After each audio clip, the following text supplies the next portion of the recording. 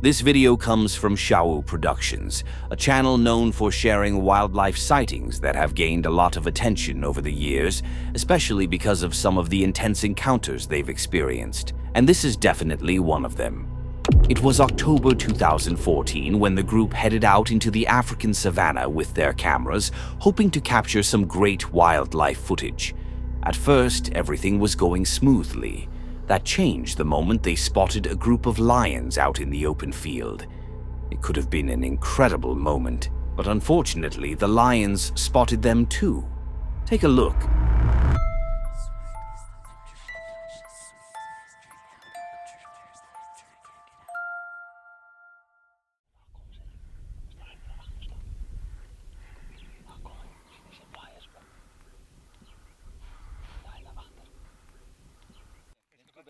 Quickly, let's go back. Quickly, go. Go.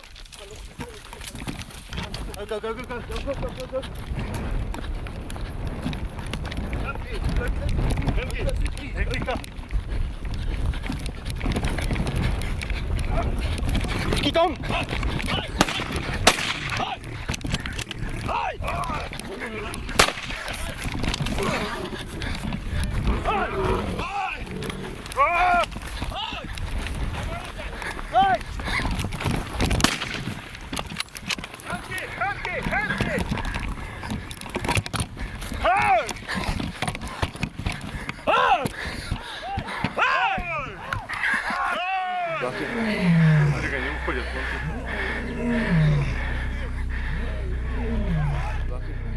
Those were warning shots meant to scare the lion away. They didn't actually shoot it. And I know a lot of you, just like me, would have stopped watching immediately if they had.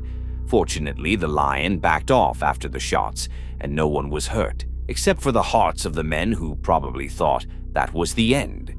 It's crazy to think that if they hadn't been armed, that lion could have easily killed them right there. Honestly, that moment showed exactly why the lion is called the king of the jungle, or the savannah. You know what I mean. When you spend your life going into places where wildlife lives, it's only a matter of time before something like this happens. You can see the lion slowly moving toward them, but the moment they started running, it did too.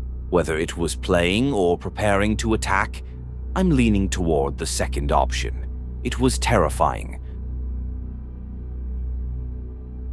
Kote is a content creator who truly loves cinematography, and I'm not exaggerating when I say his videos feel like movies. He shares vlogs and pieces of his life, but with a level of quality that makes everything look cinematic and carefully crafted. He also posts tutorials where he reveals some of the techniques behind his work, so he's definitely worth checking out. In this particular video, he and his friends traveled to one of the most secluded areas in Oregon, one of the best places on Earth to see the stars, far from any light pollution.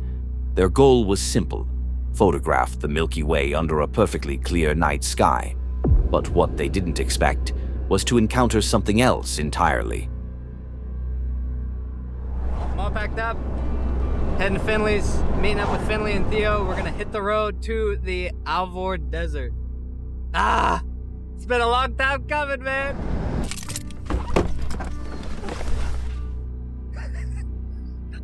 Finley! Let's go! Dude, let's go! Ready? Dude, I'm so pumped. I have 8 gallons of water. I think that will be enough.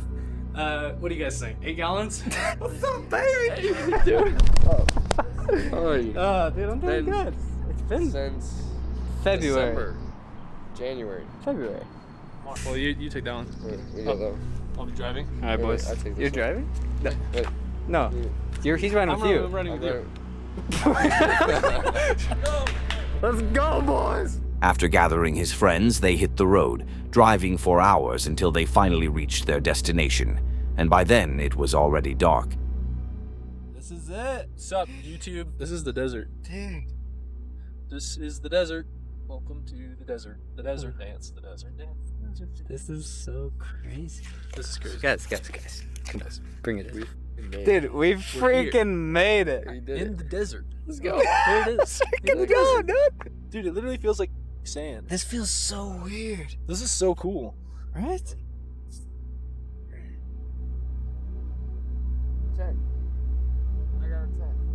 They cracked a few beers, set up camp, and slept through the night under one of the most incredible starry skies. I swear it must be amazing, spending time with friends while being under the stars like that. Gosh. Eventually, the night passed and the second day held some surprises for them. After enjoying a bit of fun around the desert, the weather suddenly changed. The sky that had been so clear the night before, revealing every star, turned cloudy and gray. This is coming fast. What is that? That's like a straight up This is actually a standstill. I don't know if we should be out in the middle of a field with like metal. You guys just saw lightning? Darude sandstorm? Look at this! This is terrifying!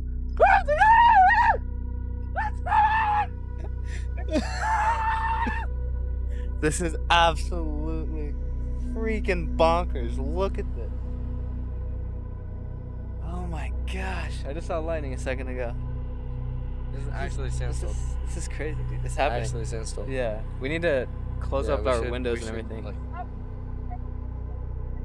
No, when you go to that camp, leave it. This is crazy.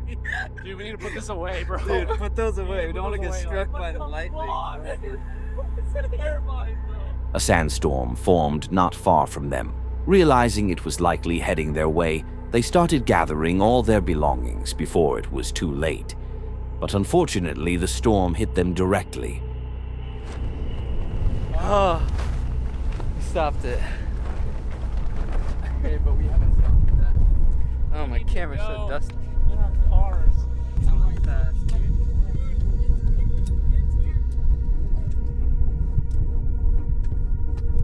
This is so insane! Ah! Ah! Holy shit! No! That's your camera! That's your camera! I got videos!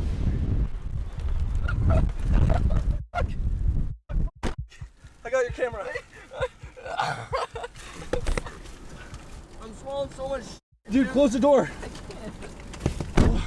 What just happened? Yeah! What? Oh my god. What the fuck? Dude. Holy fucking This guy's so dusted. dude. That was insane. We were not taking that seriously.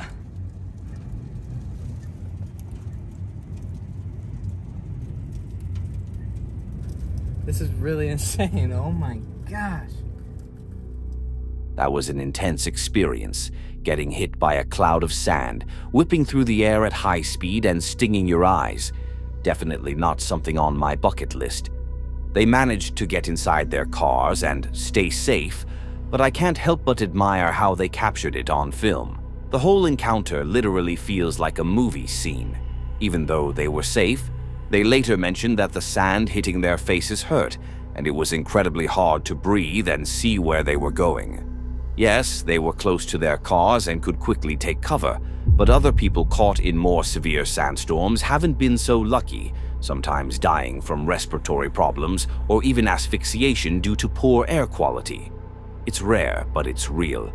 Kote and his friends were safe, but I'm sure this ranks as one of the craziest experiences of their lives.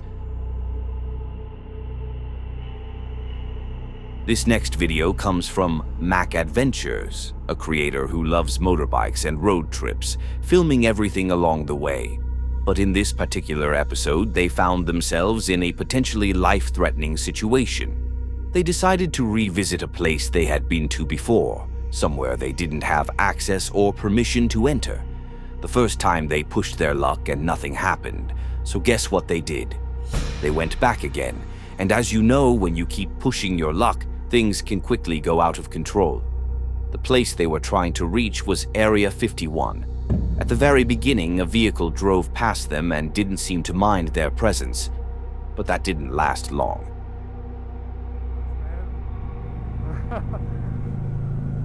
Guess what, camo dudes? We're back! That is Sniper Hill up there. That is Sniper Hill. I can't believe we had actual camo dudes looking right at us. I'm turning mine off. That was crazy. What if that's because of our video? Wait, okay, guys. Oh, your camera's off. It is? Yeah, it's mine. This is on. Oh, okay, here we go. Okay, all right, guys, you ready? You ready? When we were here last time, that was about 4 months ago. We put a video up. You can't really make out what the sign says because he was moving so much, but they had taken a photo the last time they were there, and there's something on it that genuinely makes your hair stand on end. It clearly states that the use of deadly force is authorized. That's scary. And not long after that, this happened. Yours are still off. Whoa. Whoa. Uh-oh, we got things happening. I know, I am. Yeah.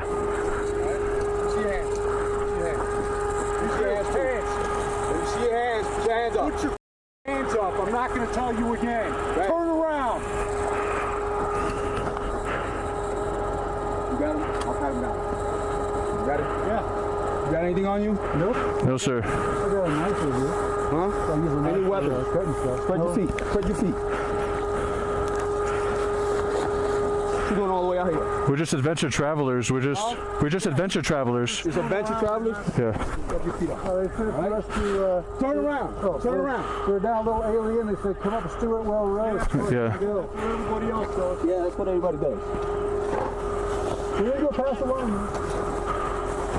We're turning around to head back to Little Alien for dinner. We want to get a ruler out and talk about centimeters. I knew you should. I know. Listen, we're going to give you guys a chance, okay? Get on your bikes, get out of here.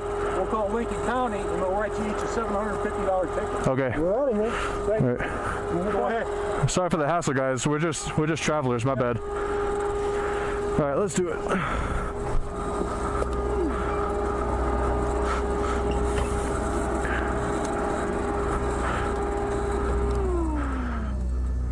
I mean, a ticket is better than a bullet, just saying. Those guys were not messing around, and you could tell they were ready to escalate if the bikers hadn't complied immediately. They were lucky, but this is yet another reminder of why you should never go anywhere near that area. It's heavily secured with armed patrols monitoring it daily, so it's best to just stay away. After they posted the video, they encouraged people to share it as much as possible, because they claimed they were receiving warnings to take it down. Now, I don't know what actually happened, but they stopped uploading to the channel shortly after, with their last video posted 9 years ago. Whether that was due to pressure or just a personal decision is unclear. However, they continued posting on social media, so at the very least we know they're still around. Now, if you got here, that means you like what you're seeing, right? So how about hitting that subscribe and like buttons, and if you truly enjoy it, you might as well hype the video and click the bell icon to be notified when I post. Also, take a look at this awesome merch. Maybe you'll like something. Scariest is someone who's passionate about desert off-roading. He and his friends often head out to Jadu, Libya, to practice and share their adventures on social media. But one day, while out in the desert near an abandoned well, he started hearing some extremely strange sounds coming from inside it. Take a look. If you got here, comment the word pyramid. Subhanallah.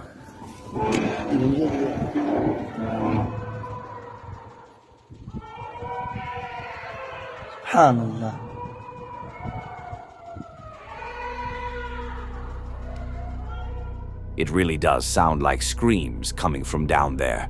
A lot of people pointed out that it sounded like cats, and I have to agree. It genuinely seemed like multiple cats were inside, and at one point you can even see light reflecting from what looked like their eyes. What I don't know is whether he tried to help them or walked away, assuming it was something more sinister. It's disturbing to imagine that someone might have left cats trapped in an abandoned well in the middle of the desert. What I'm hoping, though, is that there's some way for them to get in and out safely, and that those were just kittens calling for their mother, not animals stuck down there. Who really knows? What do you think? Were those cats or something else? This next story comes out of Nevada, and it's one that's left many people deeply unsettled. Someone walking through a remote stretch of desert near Searchlight, about an hour outside Las Vegas, noticed strange gray piles scattered across the ground. At first, they didn't seem like much, but they weren't dirt. They were cremated human remains, not just a few, but more than 300 separate piles spread across federal land. Behind every pile, every scoop, there's a name, a person whose cremated remains ended up here, miles from the nearest town, in the middle of the southern Nevada desert. Each little mound, one of more than 300 dumped here this summer. From the air, you can see just how expansive an area it really is. And if you look closely, you can see the helpers on the ground Wednesday working to make it right. When you saw those piles, what went through your mind? I think most of us just felt like, what a shame. Selena DeLulo is the president of Palm Mortuaries and Cemeteries. She and about a dozen others taking each one and placing it into an urn. Authorities responded quickly, and around 315 sets of cremains were carefully collected and placed into individual containers while investigators try to determine how they ended up there. In Nevada, families can scatter ashes on public land under certain conditions, but this didn't look like a family tribute. The scale and uniformity suggest something much more organized, and officials believe a commercial operation may have improperly disposed of unclaimed cremains. No suspects have been publicly named, and the investigation is ongoing. I think it's important to us to make sure that these people are not forgotten and not left. It's important to our community and our profession that we demonstrate how much we do care about these people. When families trust a funeral home with a loved one's remains, it's one of the most sacred responsibilities imaginable. If those 300 individuals were placed in the desert intentionally, it raises serious questions about oversight and respect for the dead. For now, the desert is quiet again, but the mystery of how hundreds of human remains ended up there is far from over. That's it for today. Thank you so much for watching. If you enjoyed these kinds of videos, don't forget to hit that like button and subscribe for more. You can also turn on the bell so you'll get notified whenever I post. And if you want to keep watching, click on one of the videos on the screen. I'm sure you'll enjoy those too.